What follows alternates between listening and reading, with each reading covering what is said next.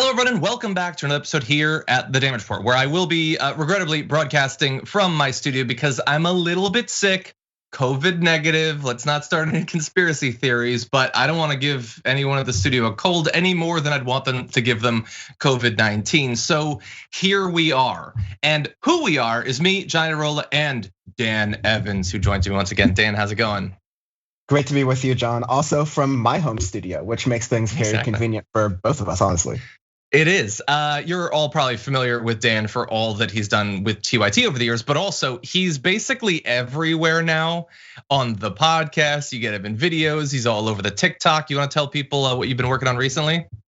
Yeah, so check out Good Morning Bad News on TikTok. We recently had Taylor Lorenz, who's also been on TYT recently, I believe, on The Conversation, talking about her recent story on how Facebook is employing political tactics against TikTok. I also show my face from time to time in other videos on Good Morning Bad News on TikTok. We're also on Snapchat as well. And then you could check me out on my podcast, Power Report and Audio Face. Just follow me on Twitter for catching up on all the things, because I know it's a lot. I'm Dan from the internet. Wherever the internet is, I exist. You're like a young Rashad Ritchie. It's like he's always be recording, ABR, always be recording. No, you're everywhere. Everyone definitely, especially should check out Good Morning Bad News. Great breakdowns of breaking news, stuff that's in the zeitgeist, but you want to understand it a little bit better. They do amazing work on there. In any event, we're going to try to do some amazing work here as well as we break down a number of fascinating topics, including the latest on the nomination hearings, the process for Ketanji Brown Jackson. We are getting so close. But don't you just imagine they've got a little bit of time left to squeeze in some awfulness? We've got a breakdown of Biden's problems going into the midterms. What are the issues? Turns out exactly what we've been saying, but we'll give you details. And Twitter has got a new board member. I can't wait to see the inevitable Hulu series about how this is gonna go, and a whole lot more besides. And we're gonna be closing off the show in a way that we haven't tragically for a couple of weeks, which is giving you news from around the world in Meanwhile In. So a lot to look forward to. Definitely hit the like button, share the stream so that people know we're live as we go through this. And if you wanna send us any tweets, super chats, comments, all that, Dan and I will respond as we go. But with all that said, Dan, are you ready to talk about some news? Strapped in and ready. Okay, everyone put your tray table in its upright and locked position as we launch into this first story with this. They just beat her up really bad, and I think it was just appalling. That's all they could come up with. And the main thing they did this for is so they could get TV. I'm not going to dispute what you said, because I think you described it accurately, but that doesn't apply to me or you, or if you didn't hear. Well, you're right. Excuse me. Durbin complimented me. Excuse me, Senator. You are the head of the Senate. You're the oldest person there. You've been there 50 years. I mean, it's unbelievable what you've done for Iowa in the past. I have voted for you in the past. And now it's getting to the time where I think you're not for the people, you're more for the party. So that right there was a voter at just a couple of weeks ago, one of these local town halls with Senator Chuck Grassley, really laying into them over the way that the Republicans have handled the nomination hearings for Ketanji Brown Jackson. Obviously, we've done a lot of coverage of it. You're probably familiar with the threat of QAnon bait that's gone through it, insane attacks over the definition of women and critical race theory. Basically, the stuff that the Republicans are interested in that doesn't necessarily have anything to do with Ketanji Brown Jackson, her history, or what position she would hold on the court, but they just wanted to make it about that. And it turns out it's frustrated a lot of people, including many Republicans, and polls back up what you saw in that video. More than half, 52% of respondents disproved of how Republican senators handled the process. About half, just exactly half that number actually approved of it. And these, like, you might think, well, yeah, but people are mad about Congress all the time. They don't like anything that they do. What does that really say? Well, those numbers are the reverse of how people viewed senators' handling of the Brett Kavanaugh confirmation hearings. They weren't nearly as bothered by the way those were handled, even though they were insane, because people felt, rightfully so, that it was justified that people were asking hard questions of the beer guy. Whereas the attacks against Ketanji Brown Jackson have been seen as a little bit more deranged. Dan, what do you think about this? I'm actually really surprised. I mean, as always, the numbers are way too low of people who should really be upset of how Republicans handled this overall process. Like, I think that the way they try to paint Ketanji Brown Jackson as someone who, even though she's very qualified, even though she's come from a judicial path that is would bring a very fresh perspective to the court. Needless to say that she'd be the first African-American woman to be on the court, but the fact that they tried to tie her to pedophilia and QAnon conspiracy theories, the fact they tried to tie her to being tough on crime, it was one of the more shameful displays in politics I've seen in a while, and we just went through the Trump administration, so that's saying quite a lot. But there's no way that Republicans won't go rhetorically to try to capture power, and of course they're going to go after fear and fear mongering. That's what they're doing against LGBTQ plus people right now all across the country. That's what they've been doing against people of color for years and continue to do all across the country. So the Supreme Court hearing was just another case of that. I'm glad that a lot of Republicans are seeing through that, but it really should be more. Exactly, yeah. Although, look, I think you understand this, the way that there's so much tribalism, so much partisanship, 52, kind of high, honestly. Like if you get them down to 27, like they're usually in the 30 to 40 range for whatever weird BS you want to peddle. But yeah, I agree. I mean, it was like, what more could they have done to make a mockery of this process of the Supreme Court, especially considering the clear hypocrisy in a number of different ways that they have approached Democratic nominees and supported their own nominees over the past few years with Amy Coney Barrett and blocking Merrick Garland and all that. I think people rightfully see this as a politicized process, but not a both sides politicized process. It is not the same on both sides. And the Republicans have found themselves, I think, in a little bit of a difficult position, whether they can identify it or not. There is clearly a difference in their strategy, which is to appeal to their committed base. So you have Ketanji Brown Jackson, who is indisputably qualified for the Supreme Court, historic first Black woman nominated to the Supreme Court. They have to destroy her, because their base wants that. They don't want women on the Supreme Court. They certainly don't want liberal women. They don't want Black women or Black people on the Supreme Court. They love watching Republicans just shower her with disdain and conspiracy theories and all that. So they're delivering. They understand what their base wants and they're providing it. But for regular people, that's not what they want at all. That is obviously too far in a number of different ways. And the Republicans do need to placate their base, but there's also a midterm election that there's every reason to believe they're gonna do very well in. Why needlessly shoot yourself in the foot with a bunch of people who might be really bothered by the lack of action by the Democrats and Joe Biden over the past couple of years? They might be thinking, well, we gave them a try, but they're not really doing much. Maybe we go back to the Republicans. And the Republicans remind them of how insane that idea is. It's a weird strategy considering the stakes here. Yeah, I'm really concerned with the Democrats and how they totally handled that process at all. We all know, you and I watching politics for a while, John, we know that these are inherently political events. These are just political theater. You're trying to find the best soundbite so that your side, Fox or MSNBC or increasingly more so CNN, can just play that on end and on end. And really the only person who used it was Cory Booker to do his own sort of performance that wasn't really hitting on or like going on offense against Republicans, but was sort of, just making a historical moment, which of course Cory Booker fumbling every single time.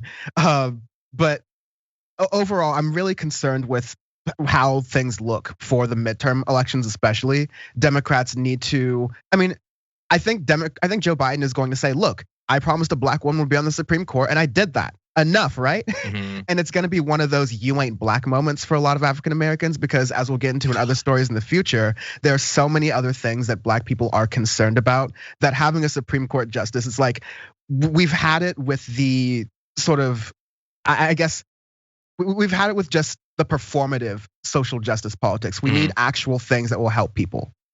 Exactly. Yeah. One promise kept is not necessarily enough, as we'll get into.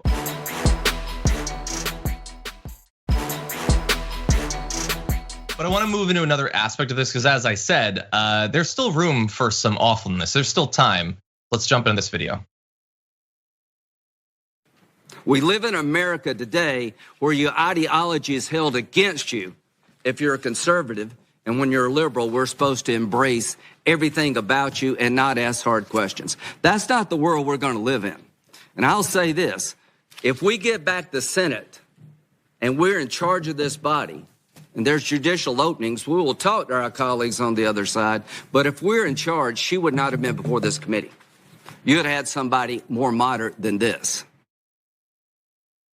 Yeah, so no, the strategy they had with Merrick Garland, the strategy that people like Ted Cruz telegraphed before the 2016 election, they're still on that same thing. Like they're going to have an iron grip over this entire process.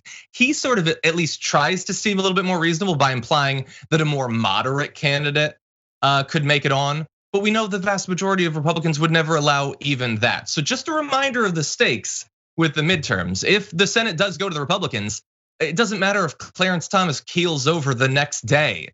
Joe Biden probably is not getting another Supreme Court justice, no matter what happens. And honestly, while they're telegraphing that they'd love to lock down the process in the future, please don't miss that they're also trying to do it right now. They voted in lockstep, all the Republicans, to block Ketanji Brown Jackson for moving on from the committee to the full Senate. So thankfully, that didn't actually work on them, although they did vote against it. So Senators Mitt Romney and Lisa Murkowski joined Susan Collins in saying that they will support her. So that is the entirety of the Republican Senate support for her. But in this case, it actually proved to be important because what the Democrats did was they used a procedure to force the nomination out of the deadlocked panel by having a vote of the full Senate. And because they have the 3 Republicans and because all the Democrats so far are acting right, they were able to get it out right there. And it looks like that's a wrap on this process. If you've got those 3 Republicans, right? Murkowski says she voted for Ketanji Brown Jackson in part because the corrosive politicization of the review process for Supreme Court nominees, which on both sides of the aisle is growing worse and more detached from reality by the year. Again, it is not, but whatever. Romney called Judge Jackson a well-qualified jurist and a person of honor. But we do need to balance this out with how the rest of the Republicans view this thing. Marjorie Taylor Greene responded by tweeting, Murkowski, Collins, and Romney are pro-pedophile. They just voted for KBJ. So that's fun, Dan. Totally qualified woman, totally reasonable, not any crazy wild-eyed progressive or anything. She's pro-pedophile, and anyone who allows her to get on the court is too. This is going to work for a certain base of the Republican Party, and Marjorie Taylor Greene is always going to attack that base. And we saw what happens when you try to make a case for censuring people like Marjorie Taylor Greene, the most extreme people in the Republican Party, the Jim Jordans, the Ted Cruz's on a given week when he's performing on TV. And that doesn't work because Republicans have decided they'd rather look the other way at a potential opportunity to gain votes from people they are fear-mongering towards at the risk of increasing the heat and the rhetoric. Because really, if you are starting to create a political culture where it is fine to believe that in conspiracy theories, this is not true, but it's fine to believe in conspiracy theories that every top echelon of politician, but somehow not the Republicans, are involved in like pedophilia or child like sexual misconduct or things like that. Like, unfortunately, this happens in every aspect of society with people of all ages, and it's gross and sickening. But we need to be real with what the Republican Party is allowing to happen, because the moderates are saying, yeah, let's just turn the other way because maybe we'll get some votes from these people. And at the end of the day, we can get our Supreme Court picks, we can pass our tax cuts for the rich, and we can continue to do our regular ideology and go on our merry day, regardless of what people think about the Democrats. And who cares if people take it to the point where they go, oh no, we have to defend these babies with our lives, and they start to like take up arms against people because we're getting votes. It doesn't matter. It's the decaying of our democracy happening right in front of us. Yeah, they'll watch the decay of the democracy. They'll watch the political violence from inside their mansions on beautiful 80-inch flat screen TVs. That's where they'll see it. Yeah, the whole point is the monetary stuff, but the attacks matter along the way. The idea, I'm never gonna get beyond this, and so I apologize. If you believe that like everyone that you disagree with, lots of people are pedophiles, that says something about you. Because me as a person, I think pedophilia is awful. And for that reason, very rare. But they think, no, everybody wants to have sex with kids. If you're capable of thinking that, there's no way that doesn't say at least something about you and your worldview. But it doesn't mean that you're gonna be consistent on the issue, by the way, because you'll notice that while Marjorie Taylor Greene tries to say that everyone who supports her is pro-pedophile, and by the way, she doesn't seem to be bothered by the fact that many Republican senators have voted to confirm her to other layers of the court. She's moved past that. She probably doesn't even know that exists. She wasn't bothered by hanging out and in fact touring with Matt Gaetz. As far as I know, the only serving congressman who's been accused of child sex trafficking. She's cool with that. And she's not focusing on the fact that in Tennessee right now, there's what's being called a get out of jail free card, GOP bill that would eliminate age requirements for marriages in Tennessee. So which party exactly is cool with dating young people? I mean, you guys were fine with the Roy Moore. You like the Matt Gaetz. You're trying to lower those age requirements. I don't think there's a lot of pedophilia, but if there were, you better check your own side. I don't know, Dan, what do you think? I think you put it very well right there. Thank you.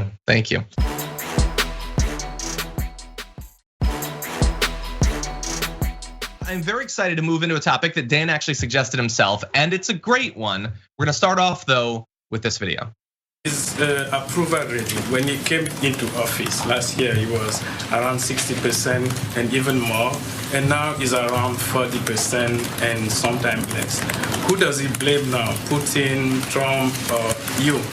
The communication team? Oh, does he blame me? Oh, I don't know. I hope not. Look.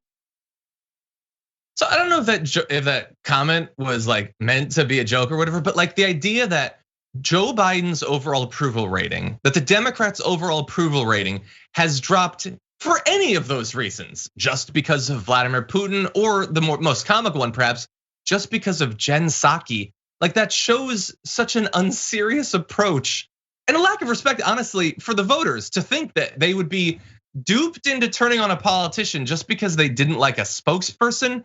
No, there are very legitimate reasons why people are incredibly frustrated with Joe Biden, his administration, and the Democrats more broadly. And we're gonna get into it because Dan, you provided this awesome breakdown of a focus group. So tell me a little bit about why you wanted to talk about this topic. Well, the first thing, and sorry to do some old school Dan producing here, but Skip, I want to go to the first graphic here, is I found this story in Politico Playbook this morning. And one of the highlights of this, the entire Politico Playbook thing is presented by Amazon.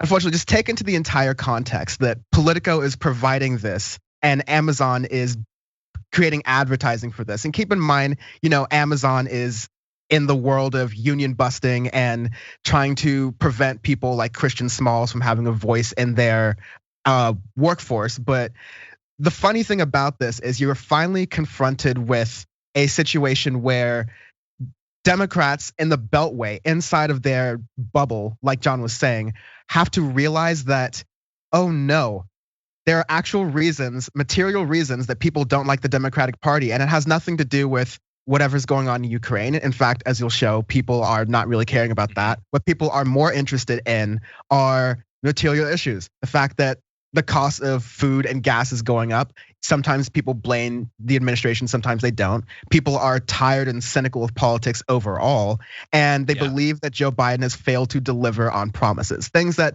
people in independent media have been saying till they're blue in the face, but things that Politico this morning went, whoa, look at that. We just got a focus group, and it turns out people are really upset about Joe Biden not delivering on promises. Wow, oh my God.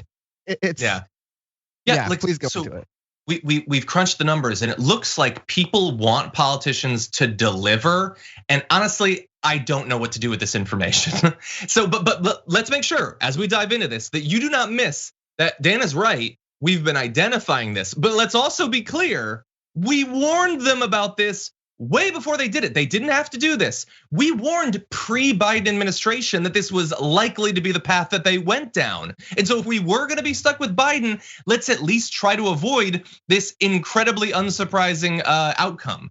But no, they're walking right into it. And so Politico is all shocked. They're like, Democrats are desperately trying to understand what's roiling the electorate heading into a brutal midterm environment. You don't know. You don't know. Anyway, the HIT Strategies did these focus groups, and they're focus groups, by the way, of groups that are by definition very likely to continue to support Democrats or predisposed to. Black base, always vote for Democrats, 25 up. Youth base, always vote for Democrats, age 25 to 39. And what are some of the things that they cite in these focus groups? Oh, shocking things like a preoccupation with inflation and crime. They don't like the inflation. They think there's a lot of crime. Exhaustion with pandemic restrictions. I get it. I don't think the restrictions have been what they could have been, but it's been a long time, so I get it. Cynicism about politics. Well, gee, I wonder why. And we'll stop with deep frustration that President Joe Biden and Democrats have failed to deliver on their early promises. Like, I get that we progressives are not gonna get the candidate we want. We're not getting the legislation or the executive orders we want. Can we at least get a consolation prize of credit for having predicted this years in advance? That this is how it's gonna go? That if you don't deliver, people are gonna be mad at you, and there will also be growing cynicism about politics. You can see it. You can see it in some of the media that people choose to pursue these days. That's very outside of politics at this point, Dan. So it's just, this is so unsurprising. It's sickeningly unsurprising, and even the parts of it that are kind of left lean, not like kind of like more center leaning, like. There's one aspect of ambiguity about how important the January 6th issue should be for Democrats in the midterms. Mm-hmm. I think that's aspect of Republican messaging and how much that wins. And yeah, sympathy from Ukraine mixed with a lack of enthusiasm for Biden spending too much time and money on the issue. Yep. I think it goes to an emphasis on, of course, people care and they're humans deep down and they look at these situations in Ukraine with tragedy and horror, but every day for people in America is sometimes tragedy and horror. Like, there are things that aren't being addressed at home, that aren't being talked about by people in news pundits, of course, not independent media, but in big cable news all the time. And then regular things that people deal with every day are seen with vast surprise by these kind of pundits. So I think it just shows that when you pierce through the Beltway bubble, it shows how little they go onto the news every single day and talk to regular people. Yeah, 100%. Now, this is one of the rare opportunities where they can. A typical response came from a young white woman from Montana, quote, "I think Democrats have just been really ineffectual." Yes, shift that very slightly to feckless and you have pretty much everything Anna has said for the last year and a half, basically at this point. One black female participant said she didn't feel much urgency about the midterms because at this moment the Democrats are running the House and they're not getting much done. That's the thing. It's not that this is a massive threat that tons of Biden voters are gonna start supporting Louis Gohmert or whatever. That's not the threat here. The threat is people feeling like, we did what you wanted us to do, man. We organized, we overcame so much voter suppression. We got people out there to vote. We gave you the White House. After giving you the House, and we then gave you the Senate too, what more do you want out of us? And if you're not doing anything, they're not gonna necessarily switch over to the Republicans, but are they gonna be eager? Now, it might be that you need more support. I don't know, you can make whatever case you want, but you're hardly going about it in a way that's guaranteed to get people excited to vote. So I don't know, I'm glad that you brought this to my attention, Dan. It's not surprising, but it's a warning. As if the Democrats need any more, you are walking straight towards a cliff and you don't have to. Super last thing, at this point, the only chance the Democrats have in the midterms, I think, is a Hail Mary of executive orders that Biden does near the midterms, close enough to where it's in people's memory, where it's like, okay, we're addressing student debt relief. Okay, we're addressing the voting rights reform that we want to do in whatever way you can through executive order. I think that's the only way you can get people's attention and motivate people to go, okay, Joe Biden's actually serious for not being the third term of the Obama administration, where obstructionist Republicans ruled the day until they actually ruled the day. So I think that's the only hope right now. 100%, I couldn't agree more. Okay, we're gonna take our first break, respond to some of your comments, questions, super chats, all that. We'll be back in just a few though to break down Elon Musk joining the board of Twitter. Oh, happy days we're in. We'll be right back.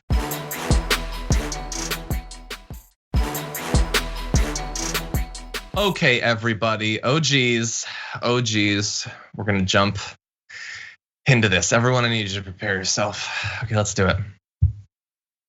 Just about a day after he bought a more than 9% share of Twitter, Elon Musk, who is going to be a passive investor, I'll remind you, has been appointed to the board. We found that out thanks to the CEO, Parag Agrawal, who tweeted, "I am excited to share that we're appointing Elon Musk to our board. Through conversations with Elon in recent weeks, it became clear to us that he would bring great value to our board. He's both a passionate believer and intense critic of the service, which is exactly what we need on Twitter and in the boardroom to make us stronger in the long term. Welcome, Elon." And he responded, "Looking forward to working with Parag and Twitter board to make significant improvements to Twitter in coming months." And I'm sure that that's how this is going to go. I have just thought about every interaction that Elon Musk has had with Twitter, what he has contributed to Twitter. And I just think, Dan, that him being on the board means that all of our actual concerns about the service, the frustrations that people have, will now be addressed. Do you share my optimism? Absolutely not.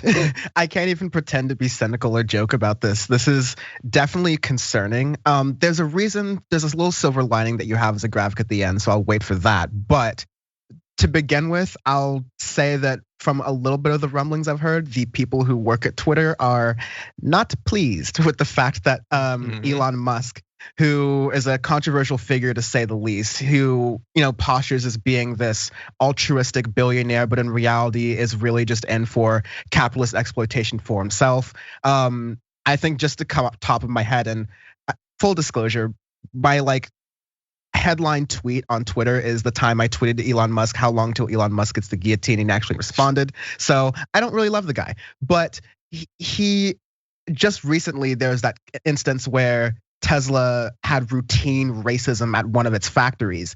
And it's one of those cases where Elon Musk is a CEO getting a lot of criticism for how he's treating workers and employees, just kind of turns the other way.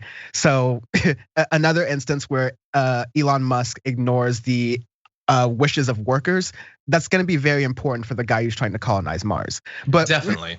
Yeah, when it comes to coming on Twitter, remember, we have this outsized belief of how relevant Twitter is because we're in the political space, but it does guide a lot of the conversation that ends up trickling down to people. But Elon Musk has this Joe Rogan informed victim complex that people with millions of followers and tons of wealth and fame and status who could call any show and get booked on it instantly are certainly at risk of being canceled or at risk of having their free speech revoked or whatever.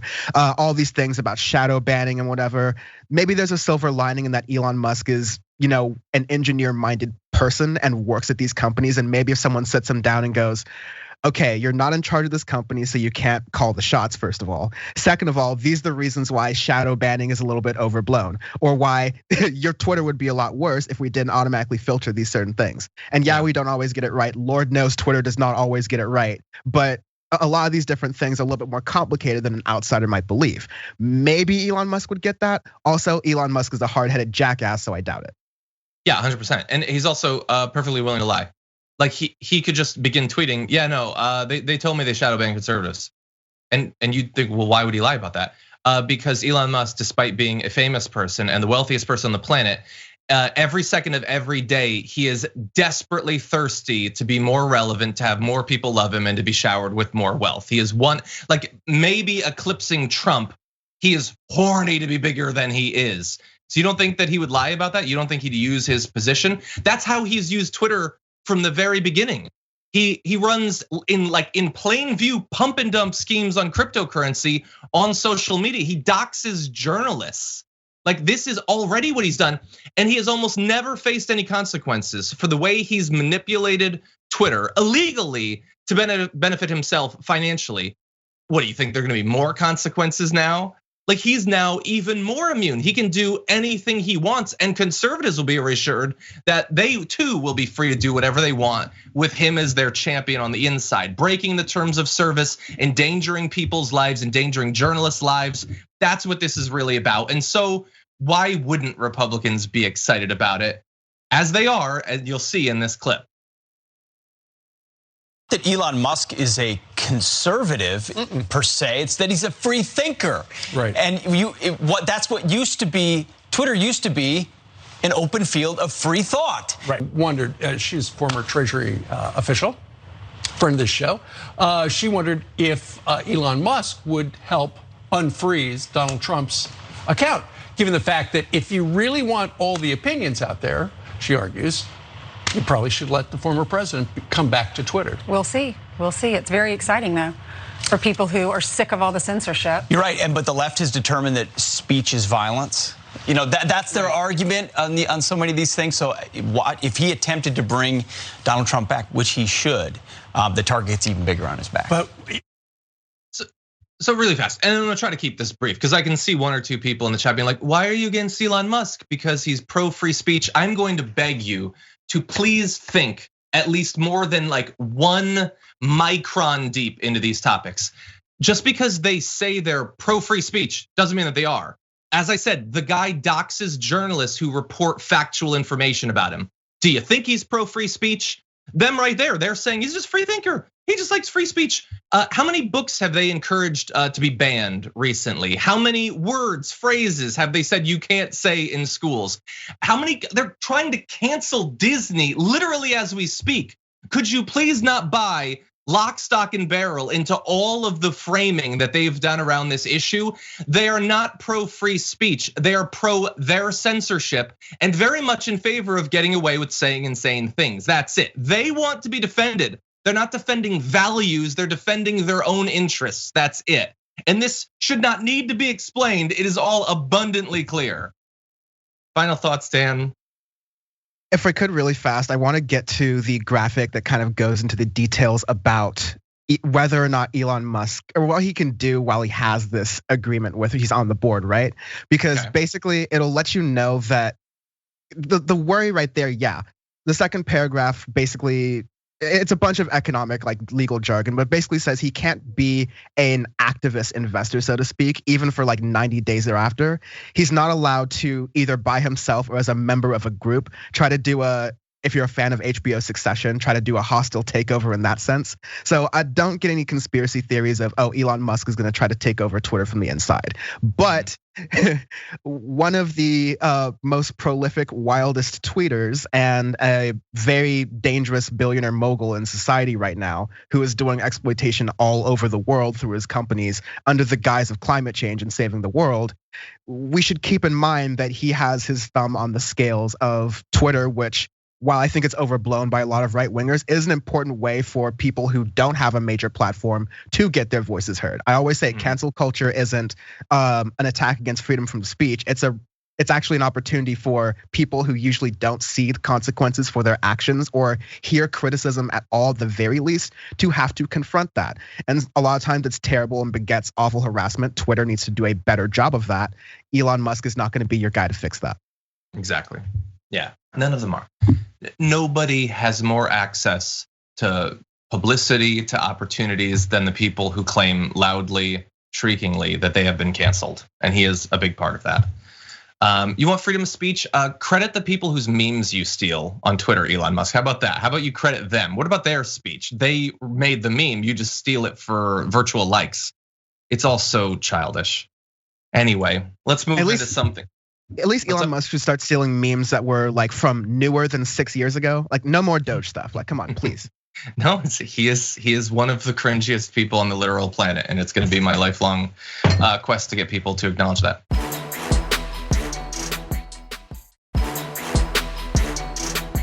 Anyway, with that said, let's jump into something very significant. Friend of the show, Kenny Clips, is back. The follow-up on Amazon, which is of course fresh off its defeat in the unionization of a Staten Island warehouse, a massive win for the labor movement. Really bad news for Amazon, which has been fighting as hard as it can to stop people from organizing in a lot of different ways, including illegal ways and in bizarre ways. And that's where Ken Klippenstein's most recent reporting comes in. So they've apparently, on their employee messaging app, they have a list of words that will be banned and get you flagged potentially for disciplinary review. God only knows, people could end up losing their jobs. Well, okay, they have an app, they can ban certain words, right? Take a look at what words they're actually banning here. So this is gonna be basically any keywords pertaining to labor unions. And by the way, you can get a full rundown on this on The Intercept. Ken's got his piece up now. This is an automatic word monitor that would also block a variety of terms that could represent potential critiques of the working conditions, like slave labor, prison, plantation, restrooms, just the word restrooms. And by the way, so this system to identify problem employees was created back in November of last year. And there was a meeting. Following that, they had an auto bad word monitor that they put together, a blacklist of words. To give you an idea of how dumb this system is, the phrase "this is dumb" is banned on the app. You can't say "this is dumb" about anything. Here's a full list of the no words, by the way. Things like union, fire, terminated. You can probably understand that. Vaccine, favoritism, trash, diversity. You can't talk about diversity. Fairness. Like literally, Dan, this is among the most like technologically 1984 anti-union moves I've ever seen in my life. This is amazing stuff and great work by Ken. Yeah, shout out to Ken Klippenstein bringing the hit since I hope he was born in a year that rhymed with a 6, but whatever. This is great reporting from him. It also goes to show how another thing that needs to be acknowledged is the National Labor Relations Board. They are the policing body that's supposed to look at companies and make sure that union busting efforts are not happening, especially these large corporations. Everything happening at Amazon, it's not just because it's such a big part of our lives. It's we're already getting packages from it where a lot of people are seeing the trucks. I was out in a rural area a couple of months ago and I saw Amazon trucks moving through there along with like it's such a big part of society. It is literally the biggest or one of the biggest companies in the world that we have records on, so to speak, right? And so they, if anyone, are an example of what can be afforded to workers, what can be afforded to employees. We did a story earlier about how Amazon did a sponsorship with Politico. That's because they wanted to get in front of the eyes of political people that, hey, you don't need to do anything about Amazon. One cool thing Amazon does for its employees is that we pay for their tuition if they want to go to college or whatever. There might be some strings attached to that. It's probably relying on you not typing the word restroom in your Amazon chat. But okay, sure, they'll pay for your tuition. It's all part of a marketing campaign because they've done a calculation. It costs less money to weigh the risk of a lawsuit from the National Labor Relations Board, which is woefully understaffed right now. It costs less money to do these marketing campaigns to convince people that Amazon are the good guys, that you don't need to worry about these people doing unionization efforts that we're destroying because that's a problem.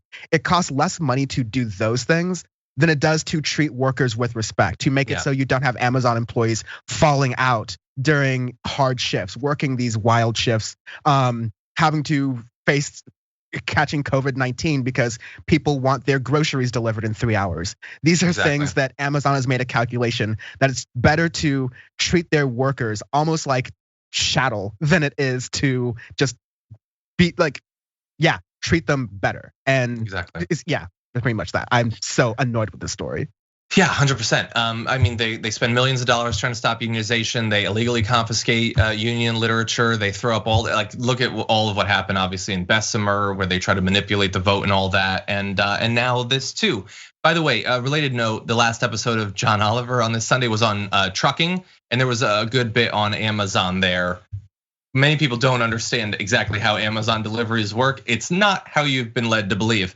But in any event, Ken, in addition to this reporting, also tweeted, and maybe this will be in a follow-up report, Ken report that there are some surprisingly senior people at Amazon sympathetic to the union efforts. Sponson asked a follow-up question, how sympathetic exactly? Do they actually want an existing union and collective bargaining? And Ken said yes. Now, what good does that do Amazon workers right now that there's anonymous senior management that favors unionization?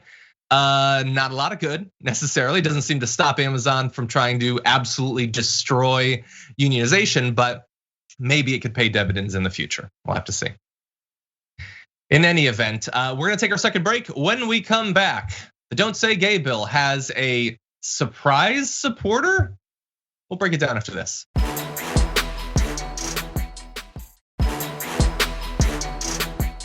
Oh God, I'm gonna need everyone to hold on your butts as we launch into this. You may have seen in the news recently, or you may be a parent who's experienced how parental rights are under attack all across the country as the government tries to usurp parents' rights and responsibility to raise their own children. Okay, so you might have watched that and thought, that doesn't make me feel good. Is she saying what I think she's saying? Yes, she is very much saying what you think she's saying, and she will expand on this just right-wing stuff about sexuality in this. Now, we should all support the Parental Rights and Education Bill that recently passed in Florida, which very simply bans government and government schools from indoctrinating woke sexual values in our schools to a captive audience that is by law required to attend. But as I read the legislation, I got to tell you, I was shocked to learn that it only protects kids from kindergarten till 3rd grade. 3rd grade? What about 12th grade? Or not at all? The reality that we're facing in this country is our schools are failing. Nationally, 34% of students are below basic reading level in the 4th grade. I gotta say, I'm shocked. You only want to go as far as 12th grade. I think you should be banned from saying the word gay to 90-year-olds. I don't think that they're developed enough to be able to sustain that sort of talk. So look, I'm joking obviously, but she is not. She might be a joke, but she's not joking. She has bought the entire right-wing thing about no discussion of sexuality. Let's keep gay people in the closet. Look, honestly, if you're familiar with her past, pre-Congress and everything, this turn is not the most surprising thing, but she has presented herself as a leftist. Generally, leftists believe that people should not be ostracized by society because of their sexuality, because of who they are. We were told by some people to ditch Bernie in 2020 and go for her instead as the true progressive, the true leftist. That in the end, perhaps, Dan, is the real joke. Yeah, I was working back at TYT behind the scenes when we and Emma were doing a lot of coverage saying, hey, listen, we're digging into Tulsi Gabbard's record because it was the 2020 Democratic primary. There are so many people involved. We wanted to look at all its candidates as much as we could. And honestly, and independent media and progressive media in TYT, I'm proud that we did more thorough coverage than all the mainstream media. Like especially the mainstream cable media specifically. But with Tulsi Gabbard, the more we were digging, we were like, oh wow, there's ties to Hindu nationalism here. Oh wow, there's anti-gay past here. And on the left, I want to, and present, yes. We want to reiterate on the left that, and maybe this isn't clear all the time, but there's always space to grow and learn from past mistakes and past bigotry that are so easy to get ingrained in society. But the separation between learning and growing from that and staying in those ways is how you practice it. If Tulsi Gabbard said, okay, I learned from that past, that was very wrong for me to do, and that's my past, and now I'm going to fight for the rights of LGBTQ+ people, then that would be one thing. That is explicitly what she's not doing. She's quadrupling down over the Don't Say Gay bill because that was the most tepid defense of it from certain gay Republicans who you and I used to know a little bit, was that it's only till 3rd grade. I'm not gonna do the voice, I promise. It's only till 3rd grade. You can look at me. I'm gonna go up to the governor right now and say gay to him right now because we're adults and adults can talk about this. That was the defense, is that we don't want children to know about this. Tulsi's like, no, let's double down. I don't want adults to know about this. I don't want 12th graders to know about this. They're gonna watch Euphoria and they're gonna have questions. Just answer their questions. Exactly. How old is a 12th grader? Like, what else are they totally allowed by society to do? And you think that they need to be shielded from this? Never mind the fact that she is accepting that. For some reason, acknowledging that gay people exist is a dirty sexual thing. It's not about orientation, it's about sexuality, it's about sex. No, it's not about how to do foreplay. It's not about sexual positions. It's about who people are and why they should be accepted and loved. And of course she's not gonna get that. What? Because look, fundamentally, I'm not saying that she doesn't have any left positions. Up until at least a couple of years ago, she supported Medicare for all. She jettisoned that in 2020. I'm sure she still has some leftist positions, but clearly, like most politicians, she's an opportunist. She wants to be popular. That's why so many people who used to be leftists have started to try to appeal to the right on YouTube and all that. She probably loves that. Bring up this tweet. This is from Fox News. In his corner, Tulsi Gabbard backs DeSantis bill blocking teachers from indoctrinating your kids.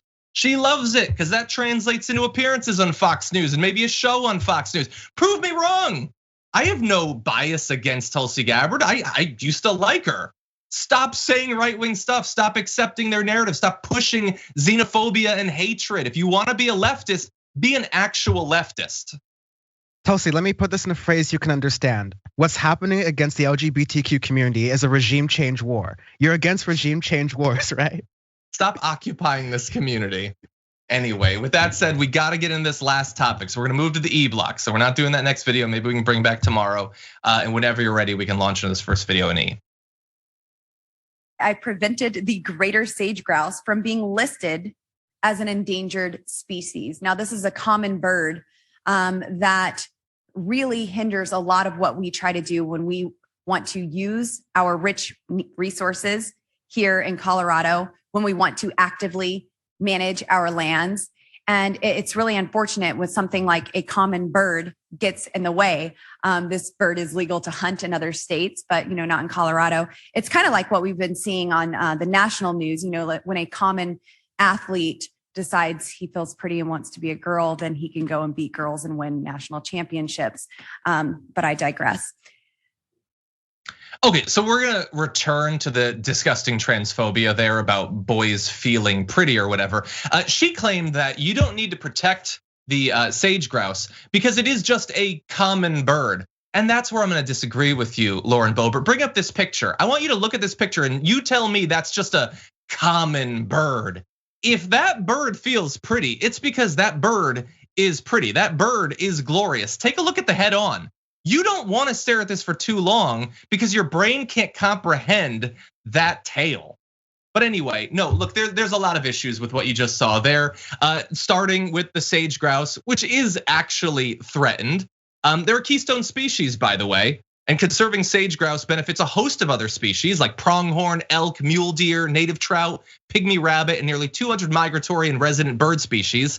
Getting rid of them could be a disaster for Colorado's ecology. But you know who likes it when you take away the protections?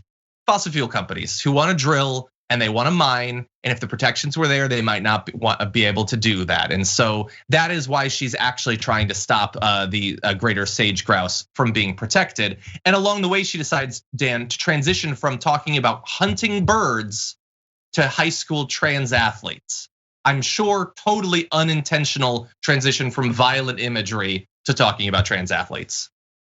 Yeah, she does that cute little "but I digress" thing right there, but I can't believe how brazenly they're going toward. They went from, oh, all these people on the left, they are over exaggerating when they say that what our words are violence. Our words can't possibly be violence, to basically saying, you know what? The ability to be able to hunt and kill a bird is like the ability to be able to point out that a trans athlete shouldn't be going. Like, can we just stop and go how quickly and comfortably she made that juxtaposition, and then go back to all the years of telling that LGBTQ plus people, oh, you're overreacting at words or violence. No, this is, first of all, like trans violence has always been bad. It's always been a major issue. But like this is only increasing because at the top level you have fake pundits like Joe Rogan peddling all this misinformation about trans athletes on the media level. And then that goes to a political level where at states all across the country, you have these anti-trans, anti-gay bills that are passing.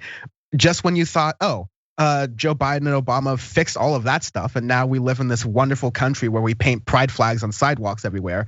Yeah. No, it can very quickly go away in an instant. And it's important to listen to activists and people like this when they are warning of this stuff coming, because they're right. Exactly. Yeah, it's just they cannot talk about anything without attacking the trans community. And you get to decide whether it's because they are actually that deranged, that obsessed, or if it's a convenient thing for them. And perhaps it's less about the athletes and more about protecting corporations, like in this case. Finally, I want to close with saying, she implies that, no, the birds are fine, you don't need to protect them. Their populations have plunged by 80% since 1965. There used to be 16 million. Now there's between 200,000 and 500,000. Half of that decline has happened since just 2002. So whether you were familiar with the greater sage grouse before, they actually are threatened and kind of deserve some protection. Anyway, with that said, thank you everyone joining us on the podcast, on our linear platforms. We really appreciate you being here. But if you're on Twitch or on YouTube or on a members app, Dan and I are gonna break down a number of other stories, including giving you news from around the world in Meanwhile In. So don't go anywhere.